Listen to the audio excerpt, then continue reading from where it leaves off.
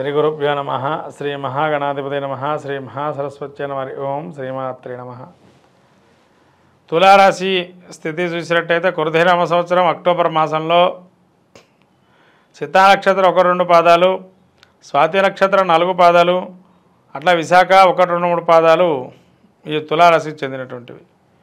ఈ తులారాశి వారి యొక్క గ్రహస్థితి చూసినట్టయితే జన్మస్థ శుక్ర సంచారము, అట్లాగే వీరికి శని వక్రగతి వల్ల వీక్షణ వల్ల తృతీయ సంచారము, అట్లాగే చతుర్థ స్థానము సంచారం వీక్షణ వల్ల రాహు షష్ఠ స్థాన సంచారము, గురు వక్రగతి సప్తమ స్థాన సంచారము, కుజుడు భాగ్య సంచారము, రవి బుధ కేతువులు వ్యయస్థాన సంచారము. రాబోయేటువంటి అక్టోబర్ మాసంలో జన్మస్థ శుక్రుడి వల్ల కొత్త వారితో పరిచయాలు ఏవైతే ఉన్నాయో వాటిని ఒక మీదుగా లాభం చేకూరే అవకాశం ఉంటుంది. కొత్త వారి పరిచయాల వల్ల మీకు వ్యాపారంగం కానీ వృత్తి రంగాల్లో కానీ లాభించే అవకాశం ఉంటాయి. అట్లాగే రాబోయేటువంటి అక్టోబర్ మాసంలో శని వక్రగతి శని సంచారం వల్ల దీర్ఘకాలికంగా ఆగిపోయినటువంటి సమస్యలు ఒక సమస్య పరిష్కారానికి నోచుకునే అవకాశం ఉంటుంది. అట్లానే రాహువు మీకు షష్ఠస్థాన సంచారంలో శత్రు పరాభవాన్ని చూస్తారు. అట్లానే ఈ యొక్క రాహు సంచారం రుణ రోగాదులు ఏవైతే ఉన్నాయో కంటికి సంబంధించిన ఇబ్బందులు అనేవి గోచరిస్తున్నాయి.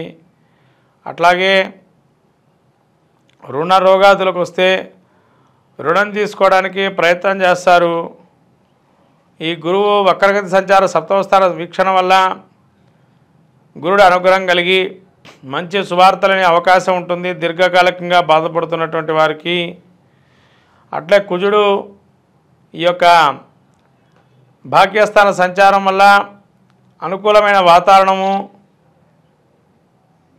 ఈ యొక్క భాగ్యస్థితి వల్ల అందరూ మిమ్మల్ని మెప్పుకోరేటువంటి విధంగా మాట్లాడటము, సభా గౌరవాన్ని ఉంచటము, మర్యాదగా ఉండటము మీతో పాటు.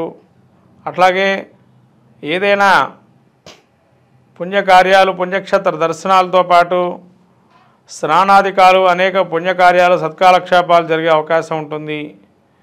ఈ రవి బుధ కేతువులు 12లో సంచారం వల్ల బుధుడు వక్రగతి, ఈ బుధుడు యొక్క స్థితి మూలత్రికోణం 12లో బుద్ధి కుశలత బుద్ధమాన్యత ఏదైతే ఉంటాయో బుద్ధి కుశలతో ఆలోచన చేసి ముందుకు వెళ్తుంటారు.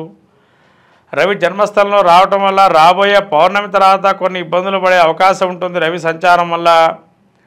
కాబట్టి జన్మస్థ రవి ఉన్నప్పుడు కాస్త ఆలోచన చూసి అడుగు వేయటం, ఆరోగ్యమే మహాభాగ్యం అన్నారు పెద్దలు, కాబట్టి ఆరోగ్యాన్ని చూసుకోవటం మంచిది.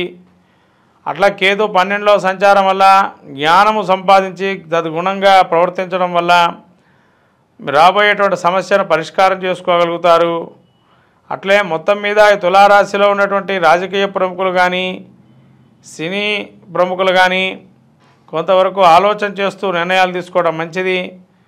వ్యాపారవేత్తలకి అనుకూలమైన కాలము, విద్యార్థులు కొంత గడ్డు కాలము, రాబోయే ఈ యొక్క క్రీడాకార రంగంలో ఉండేటువంటి వారికి మెప్పు అనేది పేరుగానే వస్తుంది. అట్లాగే రాబోయేటువంటి రాహు ఏదైతే ఉన్నారో శత్రు పరాభవాన్ని చూస్తారు. అతి క్లిష్టమైన పరిస్థితులు కూడా ఏవైతే ఉంటాయో అవి బయటపడే అవకాశం ఉంటుంది. కాబట్టి మొత్తం మీద తులారాశి వారికి రాబోయే గురువు వక్రగతి వల్ల మంచి సత్ఫలితాలు గోచరించే అవకాశం ఉంది. కావున ఈ యొక్క రాశివారు దసరా నవరాత్రులలో అమ్మవారు ఆరాధన చేసుకొని తగు విధమైనటువంటి అభిషేకాదులు హోమాలు యజ్ఞాలు చేసుకోవడం వల్ల మంచి చేకూరుతుంది. ఇంకా ఈ రాబోయేటువంటి అక్టోబర్ మాసంలో వీరికి కోర్టు సమస్యలు కొంతవరకు కొలుక్కొచ్చే అవకాశం ఉంటుంది. అట్లనే వివాహితులకి వివాహానికి సంబంధించినటువంటి విషయాలు ఒక మెట్టు ముందరపడే అవకాశం ఉంటుంది. వివాహితుల వివాహం జరిగే అవకాశం కూడా ఉంటుంది. అట్లాగే రాబోయేటువంటి అక్టోబర్ మాసంలో తులారాశి వారికి చాలా మంచి ఫలితాలే గోచరిస్తున్నాయి. కాబట్టి ఇంకా అవకాశం ఉన్నటువంటి వారు ప్రతినిత్యం లతా సహస్రనామ పారాయణం కానీ ఖడ్గవాస్తోత్ర పారాయణం కానీ అట్లాగే ఇంకా సత్ఫలితాలు పొందాలంటే అలచందలు దొల్లబొబ్బర్లు గోవుకి నైవేద్యంగా పెట్టడము, అట్లే కుక్కలకి ఈ యొక్క రొట్టెలు పెట్టడం ఆదివారం రోజు వల్ల గ్రహ పీడ అనేది తొలగిపోతుంది. ఈ విధంగా తులారాశి వారికి రాబోయే అక్టోబర్ మాసంలో ఇంకా మంచి సత్ఫలితాలు గోచరిస్తాయి. ఈ విధమైనటువంటి ఏవైతే ఉపశాంతికి సంబంధించినటువంటి క్రియలు చెప్పామో ఆ రెమెడీస్ కూడా పాటించినట్లయితే మంచి గోచరిస్తుంది ఈ యొక్క తులారాశి వారికి అని చెప్పడం అయింది అక్టోబర్ మాసంలో. ఈ ఆశ్వీజ మాసంలో ముఖ్యంగా అందరూ కూడా దసరా నవరాత్రులు విరివిగా చేస్తుంటారు. శక్తికి అనుకూలంగా ఈ దసరా నవరాత్రులలో అందరూ కూడా ప్రత్యేకంగా చేసుకునేటువంటి అంశం ఏంటంటే కుంకుమార్చన అంటారు. అమ్మవారికి ఇష్టమైంది ఏంటయ్యా అంటే కుంకుమార్చన. ఒక్కొక్కరొకరు ఇష్టం కాబట్టి కుంకుమార్చన అనేది అమ్మవారికి ఇష్టంగా చేస్తారు. అలానే చీరలు కట్టడం, ప్రతి అమ్మవారికి ఒక రకమైన రంగు చీరలు కడుతూ ఉంటారు. ఈ ఆశ్వీజ మాసంలో ఈ ద్వాదశ రాసుల్లో జన్మించినటువంటి వారందరూ కూడా రాబోయే అంటే జరుగుతున్నటువంటి ఆశ్వీజ మాసంలో అమ్మవారి అనుగ్రహం పొందటానికి కానీ ప్రతినిత్యం కూడా అమ్మవారికి మీ ఇంట్లో ముఖ్యంగా చందనాది తైలం కానీ లేదా జవ్వాది దొరుకుతుందండి మార్కెట్లో. ఈ జవ్వాదితో కానీ గంధాన్ని మిశ్రమాన్ని చేసి అమ్మవారికి పెట్టినా కూడా మంచి ఫలితాలు గోచరిస్తాయి. అమ్మవారికి ఇష్టం ఉంది ఏంటంటే తాంబూరతపూరిత, మనకు లలితా సహస్రనామంలో అనేక నామాలు ఉన్నాయి. అమ్మవారికి తాంబూలం అంటే సౌందర్య లహరిలో కూడా మనకేం చెప్పారు అంటే అమ్మవారి నాలుక ఎర్రగా ఆ తాంబూల చరణమరణం చేసుకుంటే ఎట్లా ఉంటుందో తాంబూల చరణమరణం ఆ తాంబూలాన్ని అమ్మవారికి మనం పెట్టాలి అన్నారు. ఇక్కడ ఉపవాస దీక్షగా ఎవరైతే ఉంటారో తాంబూలాన్ని గనక సమర్పణ చేస్తే అమ్మవారికి చాలా మంచిదైనటువంటి అద్భుతాలు మనకు గోచరిస్తాయి.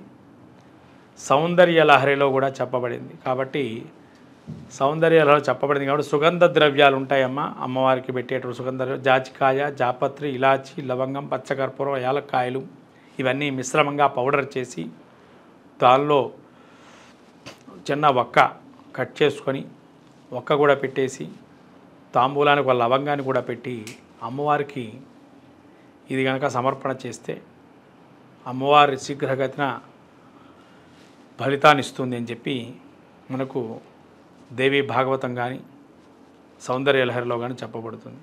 అట్లాగే లలితా సహస్రనామంలో కూడా అమ్మవారికి ఇష్టమైంది బెల్ల పాయసంగా చెప్పబడింది. దుర్గాదేవికి బెల్ల పాయసాన్ని ప్రతినిత్యం కూడా అమ్మవారికి పెట్టడం వల్ల ద్వాదశ రాశులు అద్భుతమైనటువంటి ఫలితాన్ని పొందుతారు.